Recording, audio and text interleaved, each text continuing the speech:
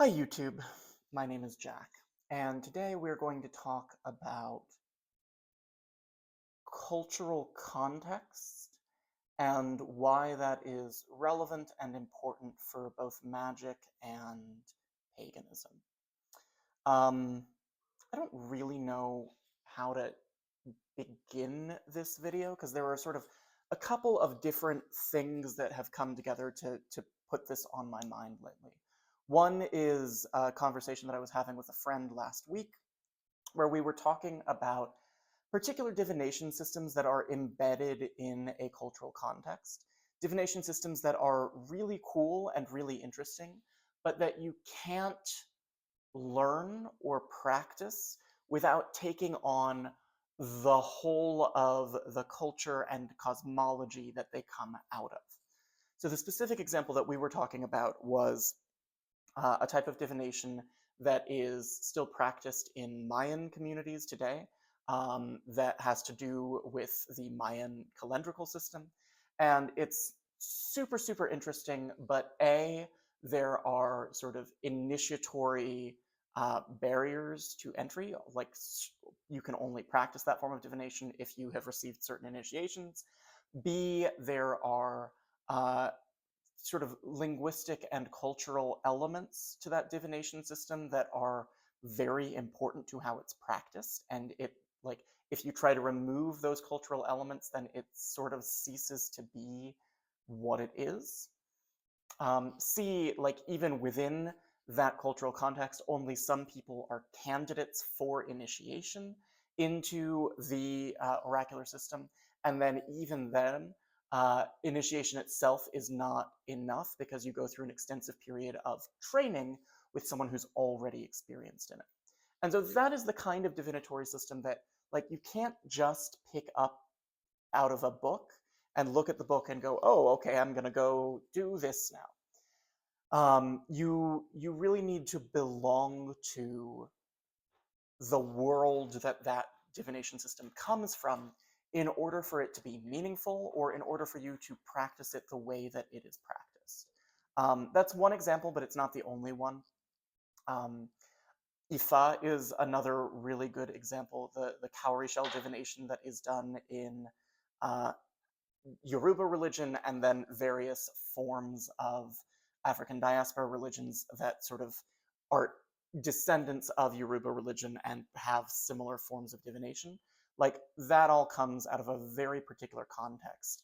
And unless you have relationships with those spirits, unless you have received appropriate initiations and training and so on, unless you know the world that that kind of divination comes out of, you like, it's not just that you shouldn't do that kind of divination, it's that you can't.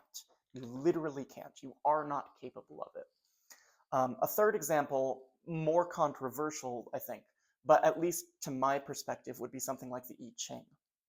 Um, the I Ching is a fabulous divination system. It's beautiful, it's sophisticated, it's complex but nuanced, and still manages to deliver clarity on a lot of questions. And there are lots of people who read the I Ching for divinatory purposes just as that, without taking on any other cultural context. But the I Ching is a sacred text that comes out of uh, a long and rich history of Taoist philosophy. And I, at least, like, part of the reason that I don't read the I Ching is because I think it has so much context, so much philosophical, cultural, literary, and linguistic context that you need to understand in order to engage with it appropriately. And I don't have that context, right? I'm not Taoist. I'm not familiar with a lot of Taoist philosophy. And I think that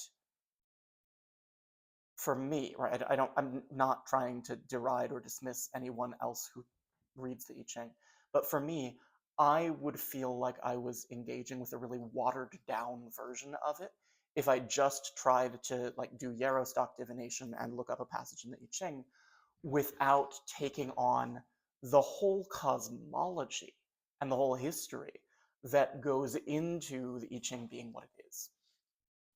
Even here's a controversial take.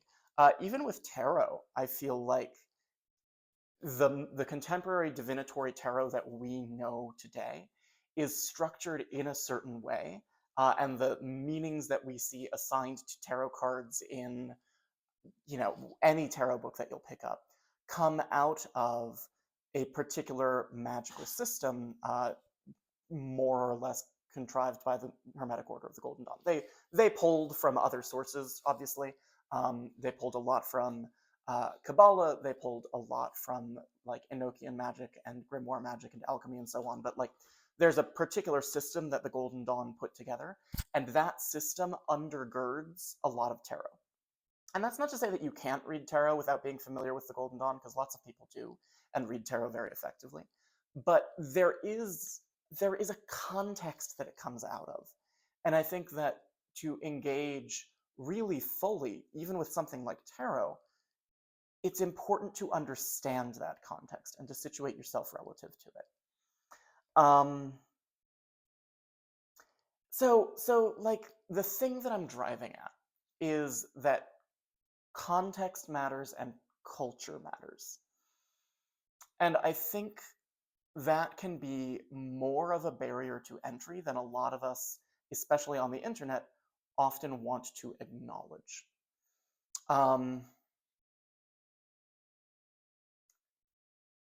For those of you who maybe haven't been around the channel for as long, you might not be familiar with this. For a number of years, in addition to Wicca, I had a solitary practice of Slavic polytheism. I wouldn't call it Slavic Reconstructionist polytheism because so little is known about pre-Christian Slavic religion that it is really impossible to reconstruct.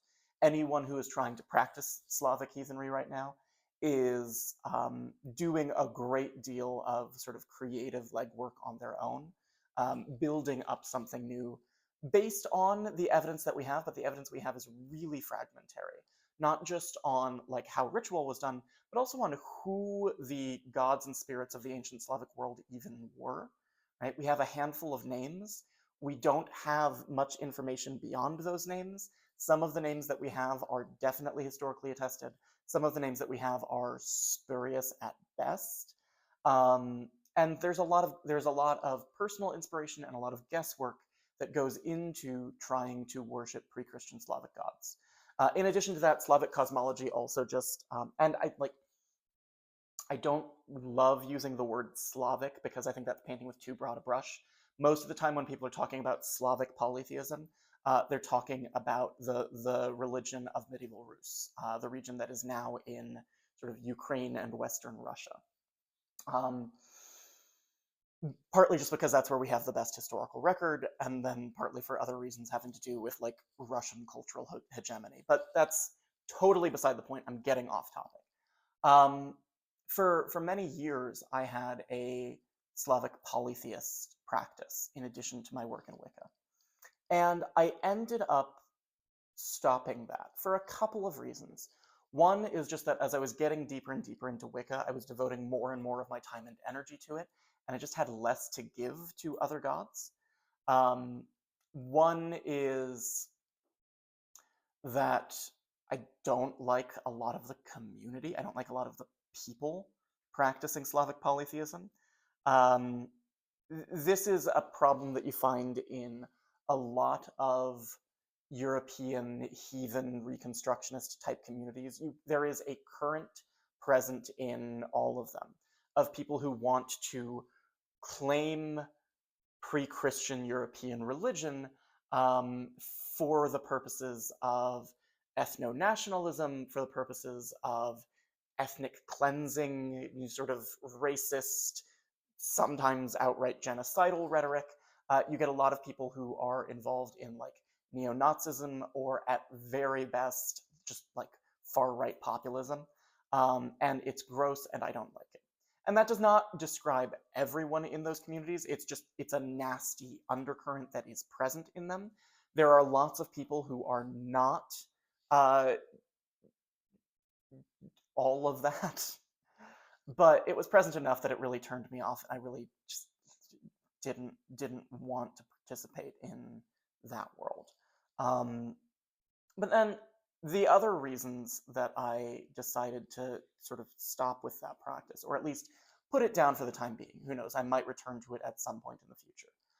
One is just that it's exhausting trying to engage with a religious system about which so little is known historically, because you have to do a lot of guesswork, you have to do a lot of innovation on your own, and then you might find a historical source that completely,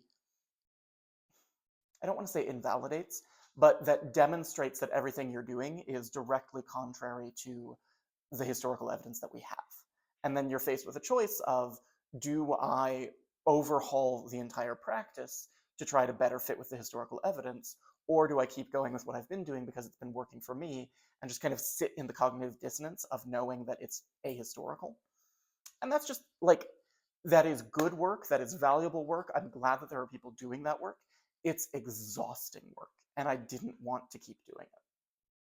But the final reason that I have walked away from the Slavic polytheist practice, and really the biggest reason, is that I felt like I just didn't have enough of a cultural context.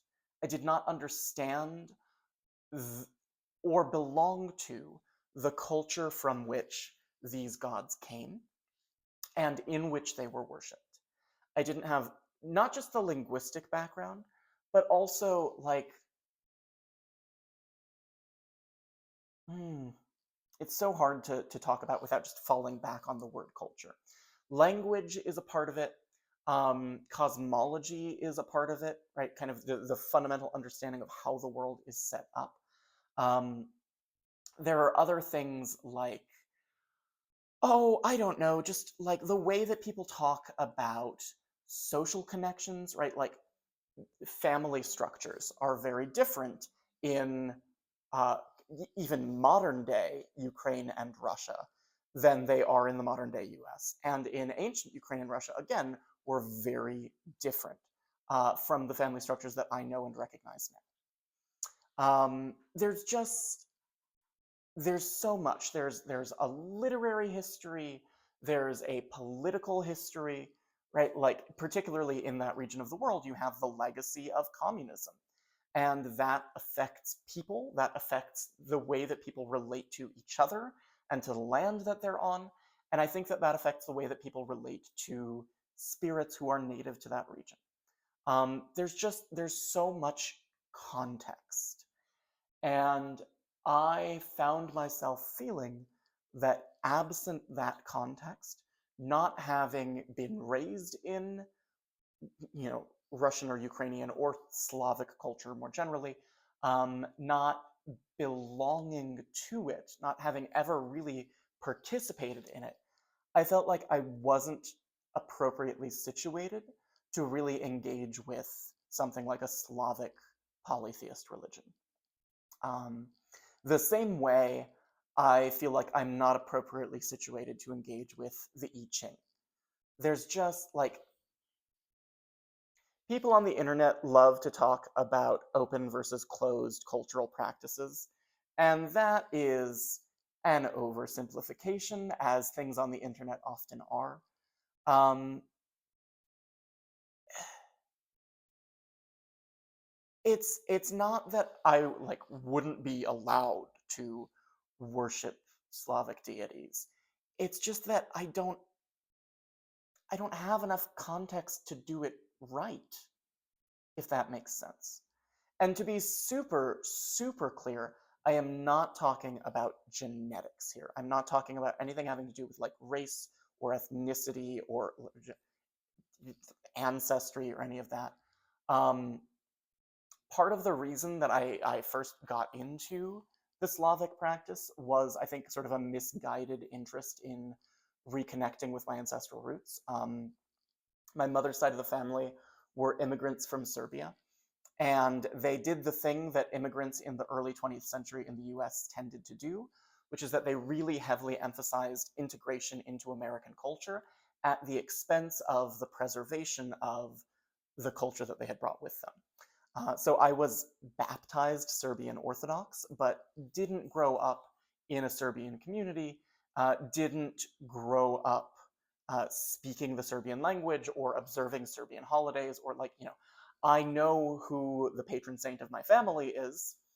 Haven't really ever like worshipped him or prayed to him. I know some. Oh, there goes my phone. Ignore the noise. I know some of the major like Serbian holidays and folk observances, but I've never really celebrated them the way that they would be celebrated in a Serbian community. Like I have some surface level knowledge, but I've never really meaningfully engaged with it. And I think when I first started with the Slavic polytheist practice, part of why I was interested in it was in an attempt or a hope of reconnecting to that culture from like, 2 generations back that I just didn't have. But that's not the right way to do it. Realistically, the right way to do it would be to track down the Serbian Orthodox Church, which there are Greek Orthodox churches in Salt Lake City. I don't know if there are Serbian ones, but the problem with that is that I am just not Christian and not interested in engaging with the church. And unfortunately, so much of Serbian diaspora culture is centered on the life of the church. But that's kind of a side point.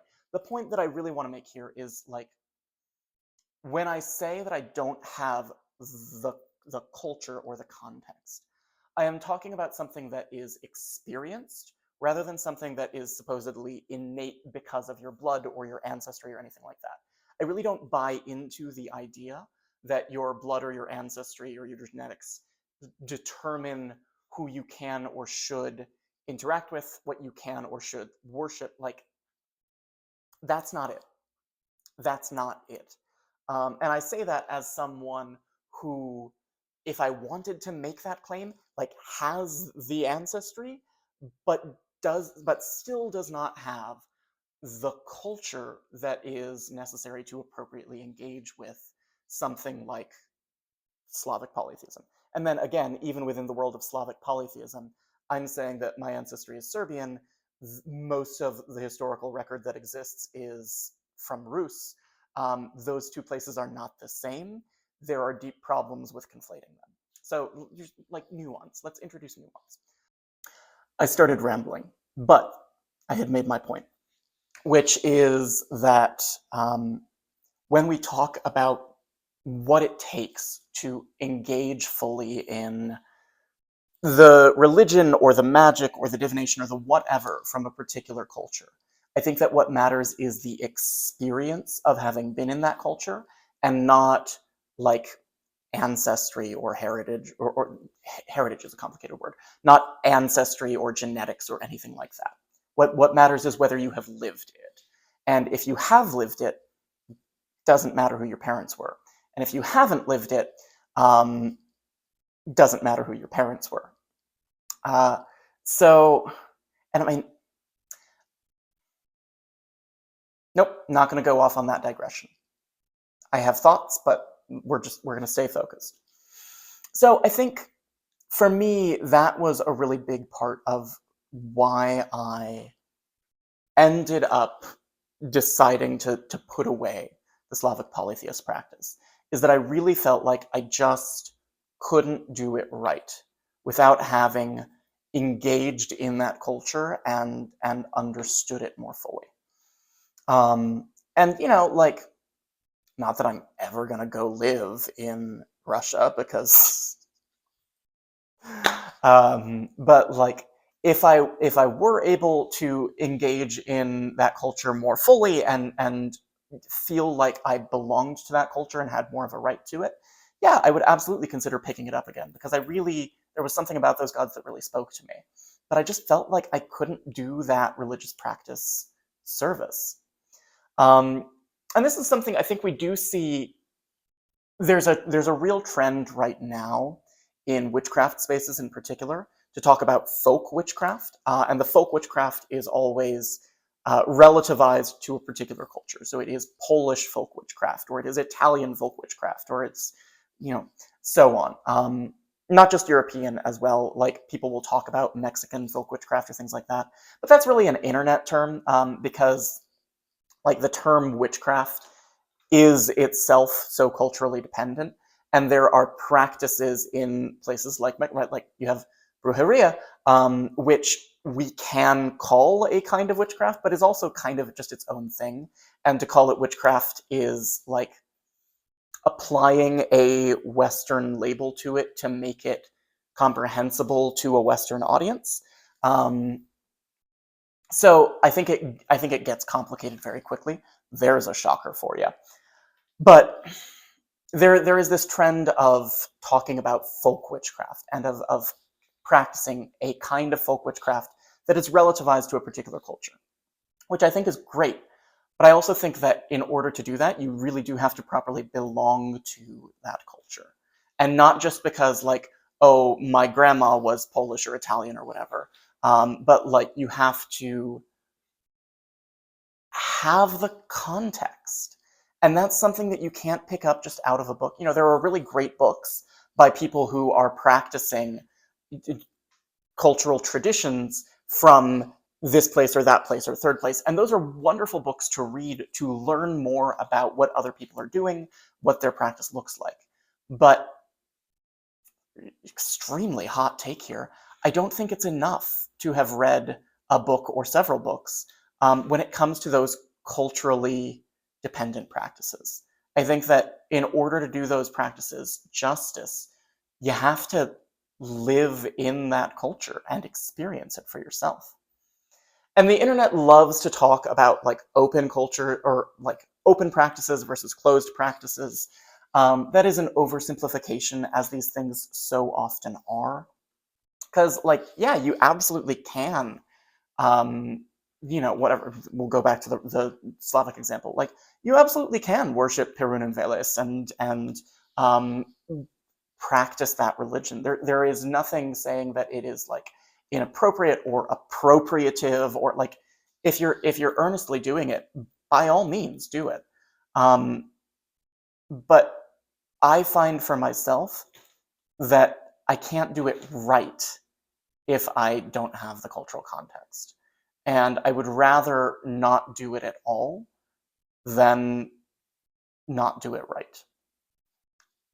That's just my take.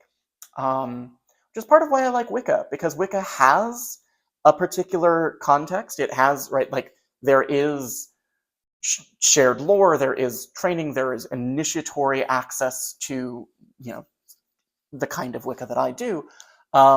But it is also something that can be lived and can be experienced.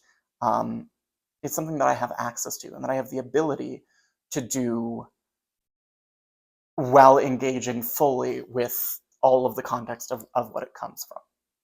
So I'm going to wrap this up here. Thank you for watching. Yeah, I think that's all I got for today. Thank you for watching. Let me know your thoughts down below. I hope this is coherent. Sometimes I just talk to a camera and I have no idea if I'm making any sense. But I will talk to you sometime soon. Bye.